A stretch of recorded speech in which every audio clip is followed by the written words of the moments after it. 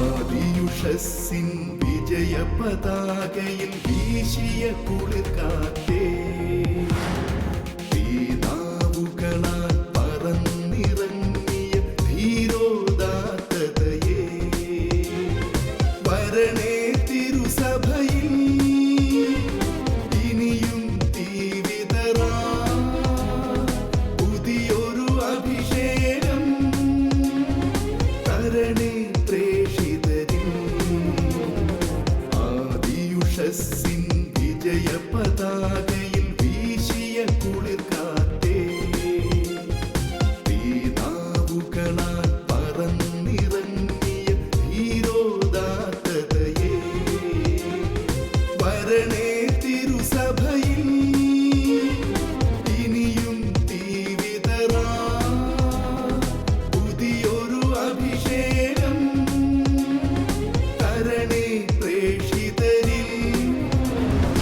ഏകരക്ഷകനാമേശുവിനെ സധീരം പ്രഘോഷിപ്പാൻ പാവന റൂഹാ നീയരുളണമേ വീണ്ടും പെന്തക്കുസ്താ.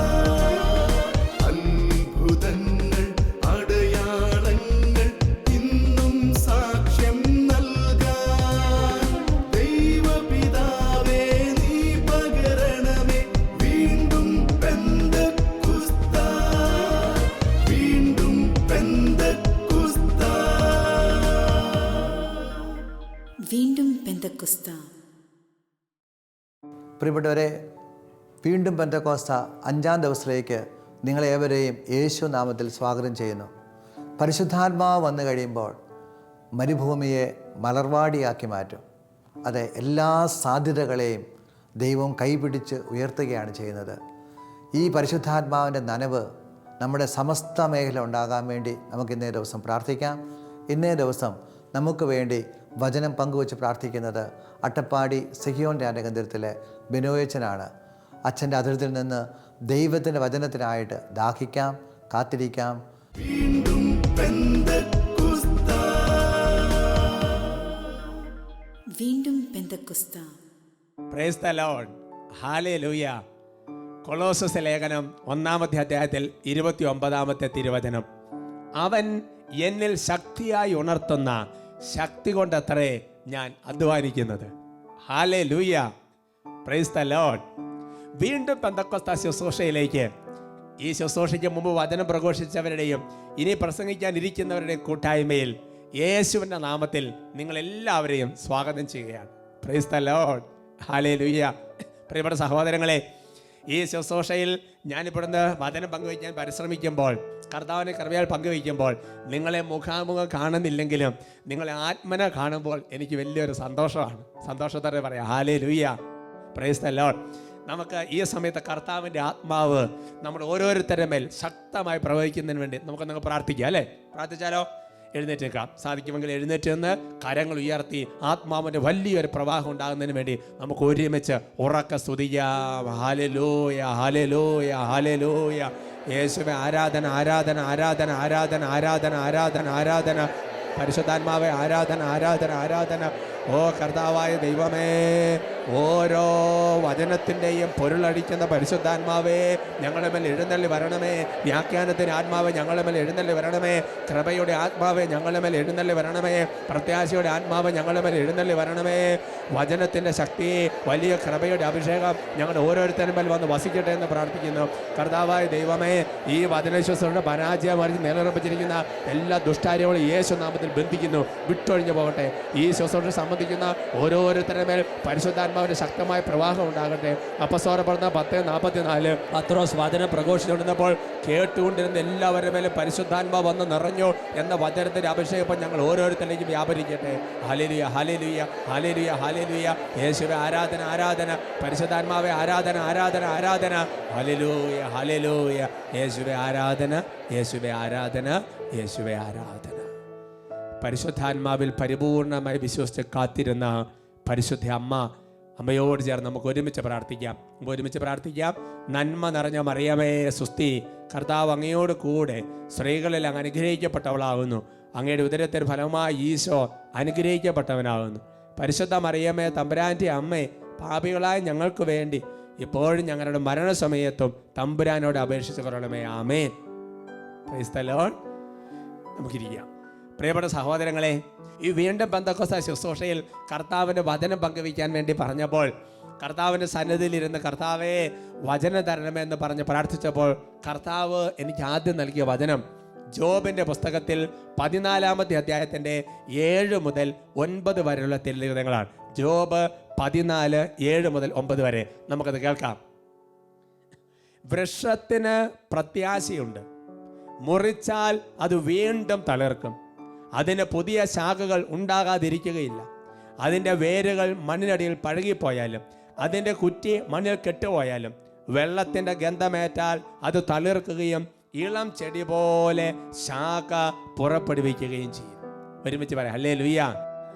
അതിനെ പഠിപ്പിക്കുകയാണ്, വൃക്ഷത്തിന് പ്രത്യാശയുണ്ട്, അത് മുറിച്ചാൽ വീണ്ടും തളിർക്കും. അതിൻ്റെ വേരുകൾ മണ്ണിനടിയിൽ പഴകിപ്പോയാലും അതിൻ്റെ കുറ്റി മണ്ണിൽ കെട്ടുപോയാലും വെള്ളത്തിൻ്റെ ഗന്ധമേറ്റാൽ അത് ഇളം ചെടി പോലെ തളിർക്കുകയും ഫലം പുറപ്പെടുവിക്കുകയും ചെയ്യും. സന്തോഷത്തോടെ പറയാം ഹല്ലേലൂയ. പ്രിയപ്പെട്ട സഹോദരങ്ങളെ, അത് വളരെ ശരിയാണ്. അപ്പോൾ നമ്മൾ പിന്നെ നമ്മുടെ വീട്ടുമുറ്റത്തുള്ള വൃക്ഷം അതിൻ്റെ മണ്ട മുറിച്ച് കളഞ്ഞു, അല്ല അതിൻ്റെ ശിഖരങ്ങൾ കോന്തി കളഞ്ഞു എന്ന് കരുതുക. അടുത്ത പുതുമഴ പെയ്യുമ്പോൾ എന്താ സംഭവിക്കുന്നത്? ആ പുതുമഴയുടെ ആ വെള്ളത്തിൻ്റെ നനവ് ചെല്ലുമ്പോഴത്തേക്ക് ആ മണ്ട മുറിച്ച് കളഞ്ഞ, ആ ശിഖരം കോന്തി കളഞ്ഞ ആ ചെടി ഇളം ചെടി പോലെ വീണ്ടും ശാഖകൾ ഫലം പുറപ്പെടുവിക്കും. പ്രിയപ്പെട്ട സഹോദരങ്ങളെ, വേരുകൾ മണ്ണിൽ പഴകിപ്പോയാലും കുറ്റി മണ്ണിൽ കെട്ടുപോയാലും. ഞാൻ ഓർക്കാണ്, വീട്ടിൽ പണ്ട് വീടിൻ്റെ മുറ്റത്തുള്ള കുറുന്തോട്ടി അങ്ങനത്തെ പലതരത്തിലുള്ള ചെടികളുണ്ട്. അപ്പോൾ ചാച്ചൻ അതെല്ലാം മെറ്റെല്ലാം നല്ല ചെത്തി ക്ലിയറാക്കും. അപ്പോൾ ഒന്നും കാണാനില്ല, എല്ലാം നല്ല ക്ലിയർ. പക്ഷേ അടുത്ത പുതുമഴ പെയ്യുമ്പോൾ എന്താ സംഭവിക്കുന്നത്? അതിൻ്റെ ഒരു കുറ്റിവേര്, അതിൻ്റെ ഒരു ചെറിയ തരി മണ്ണിൻ്റെ അടിയിൽ കിടക്കുന്നുണ്ടെങ്കിൽ അടുത്ത പുതുമഴ പെയ്യുന്ന സമയത്ത് അത് വീണ്ടും പഴയ ചെടി പോലെ കരുത്തുള്ളതായിട്ട് വീണ്ടും പൊങ്ങി വരും. പ്രിയപ്പെട്ട സഹോദരങ്ങളെ, സന്തോഷത്തോടെ പറഞ്ഞു ഹല്ലേലൂയ. വചനം പഠിപ്പിക്കുകയാണ്, നിന്റെ ജീവിതം ഏത് അവസ്ഥയിലാണെങ്കിലും ശരി, നിന്റെ ജീവിതം തകർന്ന അവസ്ഥയിലാണെങ്കിലും ശരി, നിന്റെ ജീവിതം മുന്നോട്ട് പോകാൻ യാതൊരു സാധ്യതയില്ലാത്ത അവസ്ഥയിലാണെങ്കിലും ശരി, എല്ലാം തകർന്നടിഞ്ഞ് പഴകിപ്പോയി ദ്രവിച്ചു പോയി ഇനി യാതൊരു സാധ്യതയുമില്ലാത്തൊരവസ്ഥയിലാണ് നിന്റെ ജീവിതമെങ്കിൽ, എൻ്റെ പ്രിയപ്പെടുന്നത് നിന്റെ മിനിസ്ട്രി എങ്കിൽ, സഭയുടെ സംവിധാനങ്ങളെങ്കിൽ, എന്ത് തന്നെയാണെങ്കിലും ശരി, അടുത്ത പുതുമഴ പെയ്താൽ പ്രിയപ്പെട്ട സഹോദരങ്ങളെ ഒരു പ്രത്യാശയുടെ നനവ്, ഒരു പുതിയ കൊയ്ത്ത് അവിടെ കാത്തിരിക്കുന്നുണ്ട്. ഉറക്കെ പറയാം ഹല്ലേലൂയ. Price the Lord. എന്ത് വരണം? വെള്ളം, നനവ്, ജലം വരണം. പ്രിയപ്പെട്ട സഹോദരങ്ങളെ, ബൈബിൾ വചനപ്രകാരം എന്താണ് ഈ വെള്ളത്തിൻ്റെ ഗന്ധമേറ്റാൽ അല്ലെങ്കിൽ വെള്ളത്തിൻ്റെ നനവ് വന്നാൽ എന്ന് പറഞ്ഞാൽ എന്താ അതിൻ്റെ അർത്ഥം? പ്രിയപ്പെട്ട സഹോദരങ്ങളെ, നമുക്കറിയാം അത് പരിശുദ്ധാത്മാവല്ലാതെ മറ്റൊന്നുമല്ല. യോഹന്നാന്റെ സുവിശേഷത്തിൽ 7-ാമത്തെ അധ്യായത്തിന്റെ 37 മുതൽ 39 വരെയുള്ള തിരുലിഖിതങ്ങൾ. യോഹന്നാന്റെ ശേഷം 7, 37, 39 അവിടെ വചനം ഇങ്ങനെയാണ് പഠിപ്പിക്കുന്നത്. തിരുനാളിന്റെ അവസാനത്തെ മഹാദിനത്തിൽ യേശു എഴുന്നേറ്റെന്ന ശബ്ദമുയർത്തി പറഞ്ഞു, ആർക്കെങ്കിലും ദാഹിക്കുന്നെങ്കിൽ അവൻ എൻ്റെ അടുക്കൽ വന്ന് കുടിക്കട്ടെ. എന്നിൽ വിശ്വസിക്കുന്നവന്റെ ഹൃദയത്തിൽ നിന്ന് വിശുദ്ധ ലിഖിതം പ്രസ്താവിക്കുന്നത് പോലെ ജീവജലത്തിന്റെ അരുവികൾ ഒഴുകും. അവനിത് പറഞ്ഞത് തന്നിൽ വിശ്വസിക്കുന്നവർ സ്വീകരിക്കാതിരിക്കുന്ന ആത്മാവിനെ പറ്റിയാണ്. സന്തോഷത്തോടെ പറയാം ഹല്ലേലൂയ. അതുകൊണ്ട് എൻ്റെ പ്രിയപ്പെട്ട സഹോദരങ്ങളെ, ബൈബിളിൽ പറയുന്ന ഈ ജീവജലത്തിന്റെ അരുവി പരിശുദ്ധാത്മാവാണ്. ഈ പരിശുദ്ധാത്മാവാകുന്ന അരുവിയുടെ നനവ് വന്നാൽ നമ്മുടെ ജീവിതങ്ങൾ, എൻ്റെ സഹോദരങ്ങളെ, നമ്മൾ കണ്ണിർന്ന് ചുറ്റും നോക്കിയാൽ തകർന്നടിഞ്ഞു കിടന്ന എത്രയോ ജീവിതങ്ങളാണ് പരിശുദ്ധാത്മാവിന്റെ അഭിഷേകത്തിന്റെ നദി വന്നപ്പോൾ ഇന്ന് ഉജ്ജ്വലിച്ച് കൃപയായിട്ട് നിൽക്കുന്നത്. ആർക്കെ പറഞ്ഞ ഹല്ലേലൂയ. അതുകൊണ്ടാണ് എൻ്റെ പ്രിയപ്പെട്ട സഹോദരങ്ങളെ, യേശയ്യാ പ്രവചനത്തിൽ അതിന് 32-ാമത്തെ അധ്യായം, യേശയ്യാ പ്രവചനം 32-ാമത്തെ അധ്യായത്തിന്റെ 14, 15 വാക്യങ്ങളിൽ ഇങ്ങനെ പരിശുദ്ധാത്മാവ് പഠിപ്പിക്കുന്നത്, ഉന്നതത്തിൽ നിന്ന് നമ്മുടെ മേൽ ആത്മാവ് വർഷിക്കപ്പെടുകയും മരുഭൂമി ഫലപുഷ്ടിയുള്ള വയൽ വനവുമായി മാറുകയും ചെയ്യുന്നത് വരെ കൊട്ടാരം പരിത്യക്തമായി കിടക്കും, ജനസാന്ദ്രത നഗരങ്ങൾ വിജനമായിട്ട് തീരും. അവർക്ക് പറഞ്ഞു ഹല്ലേലൂയ. എന്ന് പറഞ്ഞാൽ നമ്മുടെ മേൽ ഉന്നതത്തിൽ നിന്ന് പരിശുദ്ധാത്മാവ് വർഷിച്ചു കഴിയുമ്പോഴുണ്ടാകുന്ന ഒരവസ്ഥയാണ് മരുഭൂമി വയലായിട്ട് മാറും. വയൽ എന്തായിട്ട് മാറും? വനമായിട്ട് മാറും. അങ്ങനെ ചെയ്യുന്നില്ല എങ്കിൽ, ഈ പരിശുദ്ധാത്മാവ് വർഷിക്കപ്പെടുന്നില്ല എങ്കിൽ, എൻ്റെ സഹോദരങ്ങളെ, ജനസാന്ദ്രത ഉണ്ടായിരുന്ന സ്ഥലങ്ങൾ വിജനമായിട്ട് തീരും. പ്രിയപ്പെട്ട സഹോദരങ്ങളെ, ഇന്ന് വീണ്ടും ഒരു പുതിയ പെന്തക്കോസ്തയ്ക്ക് വേണ്ടിയിട്ട് ഒരു കാത്തിരിപ്പിന് വേണ്ടി ഒരുങ്ങുന്ന ഈ കാലഘട്ടങ്ങളിൽ നമ്മൾ ഓർക്കണം എൻ്റെ പ്രിയപ്പെട്ട സഹോദരങ്ങളെ, ഇന്ന് ഈ കേരള മണ്ണിൽ എത്രയോ പേരാണ് എൻ്റെ പ്രിയപ്പെട്ട സഹോദരങ്ങളെ ഇങ്ങനെ ജ്വലിച്ച് ലോകത്തിൻ്റെ നാനാഭാഗങ്ങളിലേക്ക് യേശുക്രിസ്തുവിന്റെ രണ്ടാമത്തെ ആഗമനത്തിന് വേണ്ടി ലോകത്തെ ഒരുക്കുവാൻ വേണ്ടി എത്രയോ ജീവിതങ്ങളെയാണ് കർത്താവ് എടുത്തുയർത്തിയത്. എന്തുകൊണ്ടാണ് കേരള സഭ ഇന്നല്ല ഉജ്ജ്വലിച്ച് നിൽക്കാൻ കാരണം പ്രിയപ്പെട്ട സഹോദരങ്ങളെ? കാരണം എന്താ? ഉന്നതത്തിൽ നിന്ന് പരിശുദ്ധാത്മാവ് അനേകം പേരുടെ മേൽ വർഷിച്ച് മരുഭൂമിയായിരുന്ന പല ജീവിതങ്ങളും വയലായിട്ട് മാറി. വയലായിരുന്ന പല ജീവിതങ്ങളും നല്ല ഒരു ജനം നിബിഡമെന്നതുപോലെ നല്ലൊരു വനമായിട്ട് രൂപാന്തരപ്പെട്ട് പ്രിയപ്പെട്ട സഹോദരങ്ങളെ, എൻ്റെ പ്രിയപ്പെട്ട സഹോദരങ്ങളെ, ഇന്ന് നമ്മുടെ വ്യക്തിപരമായ ജീവിതത്തിൻ്റെ അവസ്ഥ എന്ത് തന്നെയാണെങ്കിലും ശരി, നമ്മളുടെ ഒരു മിനിസ്ട്രിയുടെ അവസ്ഥ എന്ത് തന്നെയാണെങ്കിലും ശരി, ഇന്നത്തെ നമ്മുടെ തിരുസഭയുടെ അവസ്ഥ എന്ത് തന്നെയാണെങ്കിലും ശരി, എൻ്റെ പ്രിയപ്പെട്ട സഹോദരങ്ങളെ, ഇതിനെല്ലാം ഒരു വ്യത്യാസം വരുത്താൻ കഴിയും. അതുകൊണ്ട് ഞാൻ ഇങ്ങനെ പറയാൻ ആഗ്രഹിക്കുക, ഇന്ന് വ്യക്തിപരമായ ജീവിതത്തിലോ, നമ്മൾ ചെയ്യുന്ന ശുശ്രൂഷ ജീവിതത്തിലോ, നമ്മുടെ കുടുംബ ജീവിതത്തിലോ, നമ്മുടെ സമൂഹ ജീവിതത്തിലോ, നമ്മുടെ ഇടവക ജീവിതത്തിലോ, നമ്മുടെ സന്യാസ ജീവിതത്തിലോ, നമ്മുടെ കമ്മ്യൂണിറ്റി ജീവിതത്തിലോ, നമ്മുടെ തിരുസഭാ ജീവിതത്തിലോ എന്തെങ്കിലും ഒരു കുറവ്, എന്തെങ്കിലും ഒരു ദുഃഖം, എന്തെങ്കിലും ഒരു സങ്കടം, എന്തെങ്കിലും ഒരു ബ്ലോക്ക്, എന്തെങ്കിലും അവസ്ഥ ഉണ്ടെങ്കിൽ അതിൻ്റെ ഒരു കാരണമെന്ന് പറയുന്നത് ഈ പരിശുദ്ധാത്മാവിൻ്റെ ശക്തി, ഈ പരിശുദ്ധാത്മാവിൻ്റെ വെളിപ്പെടുത്തൽ അതിന് ഫുൾ കാലിബറിൽ നമ്മൾ അനുഭവിക്കാത്തത് കൊണ്ടാണ്. അവർക്ക് പറഞ്ഞു ഹല്ലേലൂയ. അത് മനസ്സിലാകണമെന്നുണ്ടെങ്കിൽ 77-ാമത്തെ സങ്കീർത്തനത്തിൽ അതിൻ്റെ 10-ാമത്തെ തിരുവചനം പഠിപ്പിക്കണം. 77-ാമത്തെ സങ്കീർത്തനം അതിൻ്റെ 10-ാമത്തെ തിരുലിഖിതം, അവിടെ വചനം പഠിപ്പിക്കുന്നത് ഇങ്ങനെയാണ്: അത്യുന്നതന്റെ ശക്തി പ്രകടമാകാത്തതാണ് എൻ്റെ ദുഃഖത്തിൻ്റെ കാരണം.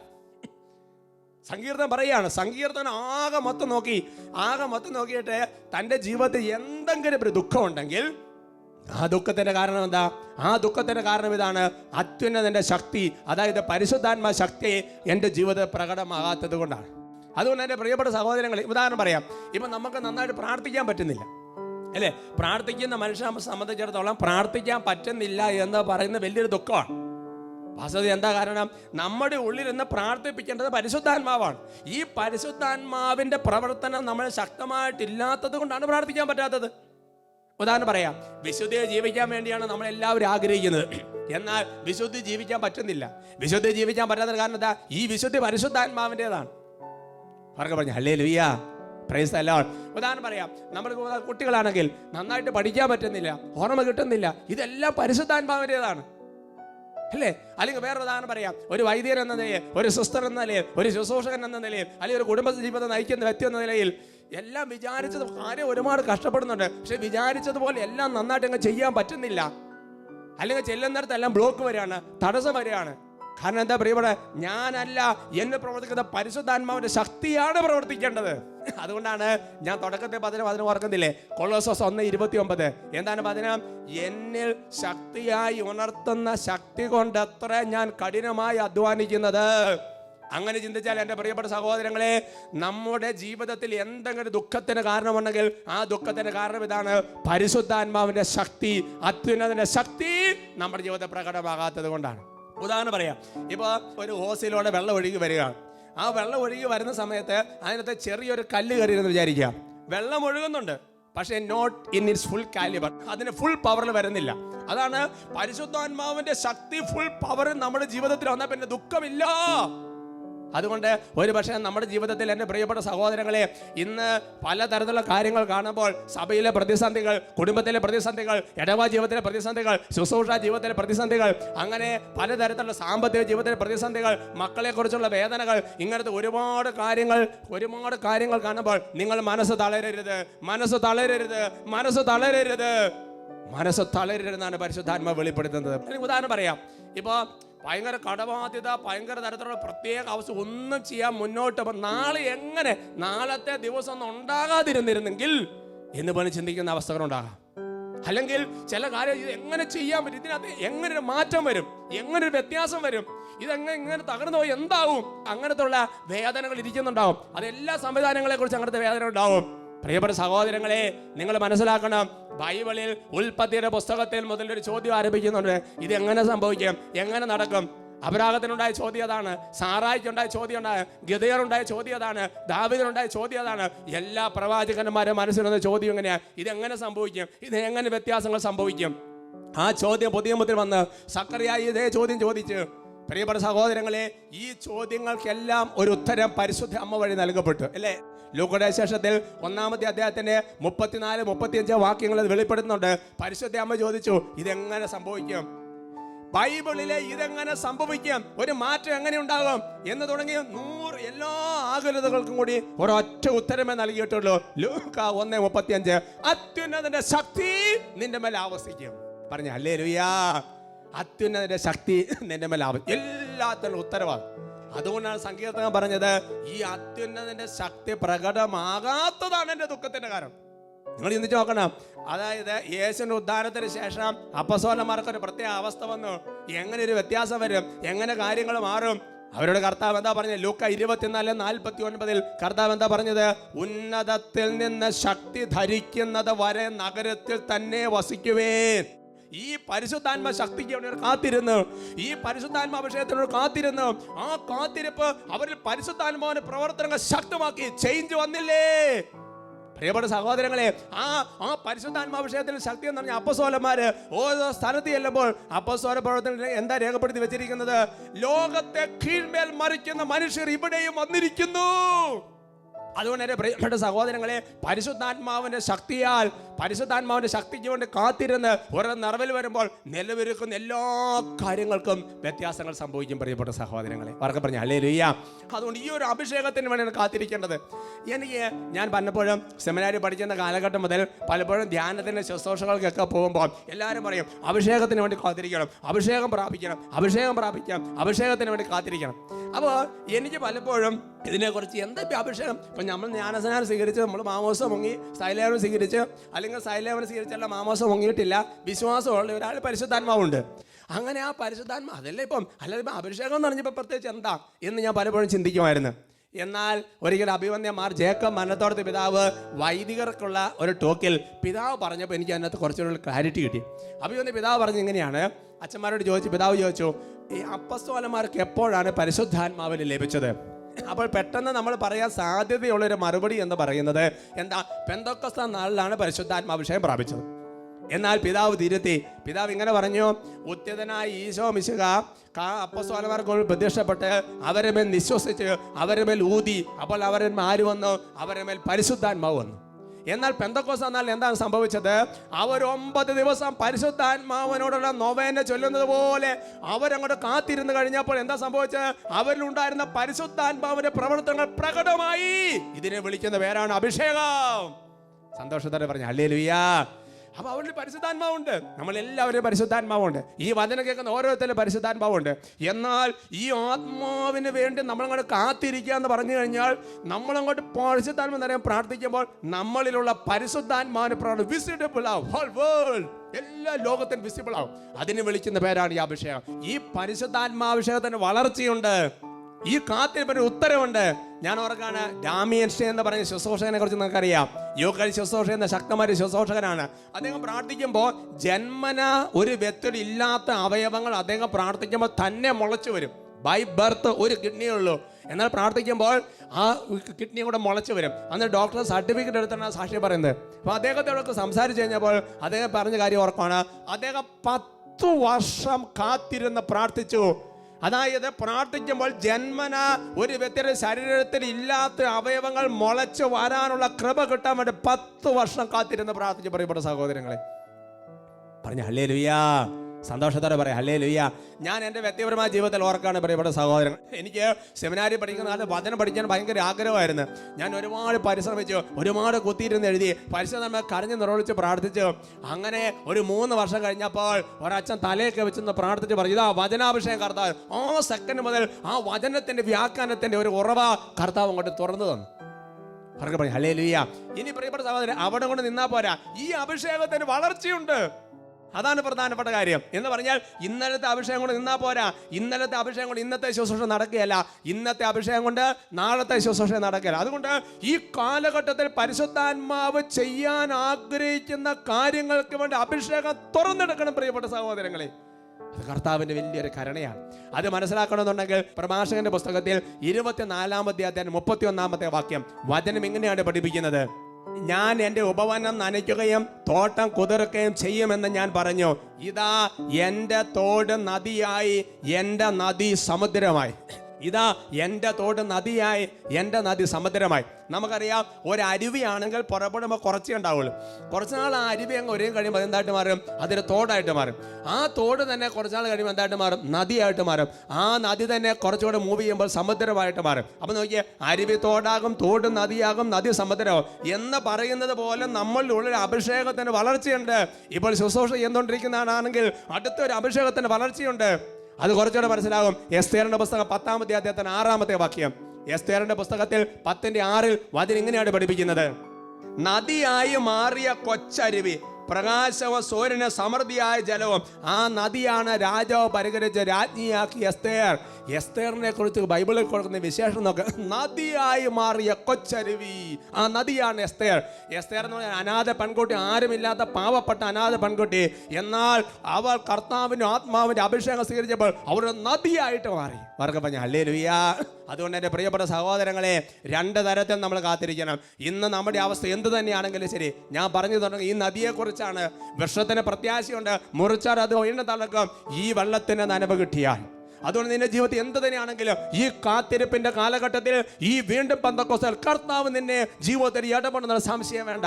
2-ാമത്തെ കാര്യം, ഇന്ന് ശുശ്രൂഷയിൽ നിലനിൽക്കുന്ന ഒരു വ്യക്തിയാണെങ്കിൽ എൻ്റെ പ്രിയപ്പെട്ട സഹോദരൻ, ഒരു പുതിയ അഭിഷേകത്തിന് വേണ്ടി കാത്തിരിക്കണം. തോട് നദിയായി, നദി സമുദ്രമായിട്ട് അങ്ങോട്ട് കയറി വരട്ടെ. പറഞ്ഞു ഹല്ലേലൂയ. അതുകൊണ്ട് നിലവിലിരിക്കുന്ന ഒരു തരത്തിലുള്ള പ്രതിസന്ധികളും നിന്നെ ഭയപ്പെടേണ്ട ആവശ്യമില്ല. അതിന് മുകളിലാണ് പരിശുദ്ധാത്മാവ്. നമുക്ക് എഴുന്നേറ്റ് നിൽക്കാം. ഓ കർത്താവിൻ്റെ ആത്മാവേ, ഈ വചനം കേട്ടുകൊണ്ട് ഓരോരുത്തരുടെ മേലും കർത്താവ് സ്വർഗത്തിൻ്റെ നദി, സ്വർഗത്തിൻ്റെ അഭിഷേകം ശക്തിയായി ആവസിക്കട്ടെ എന്ന് പ്രാർത്ഥിക്കുന്നു.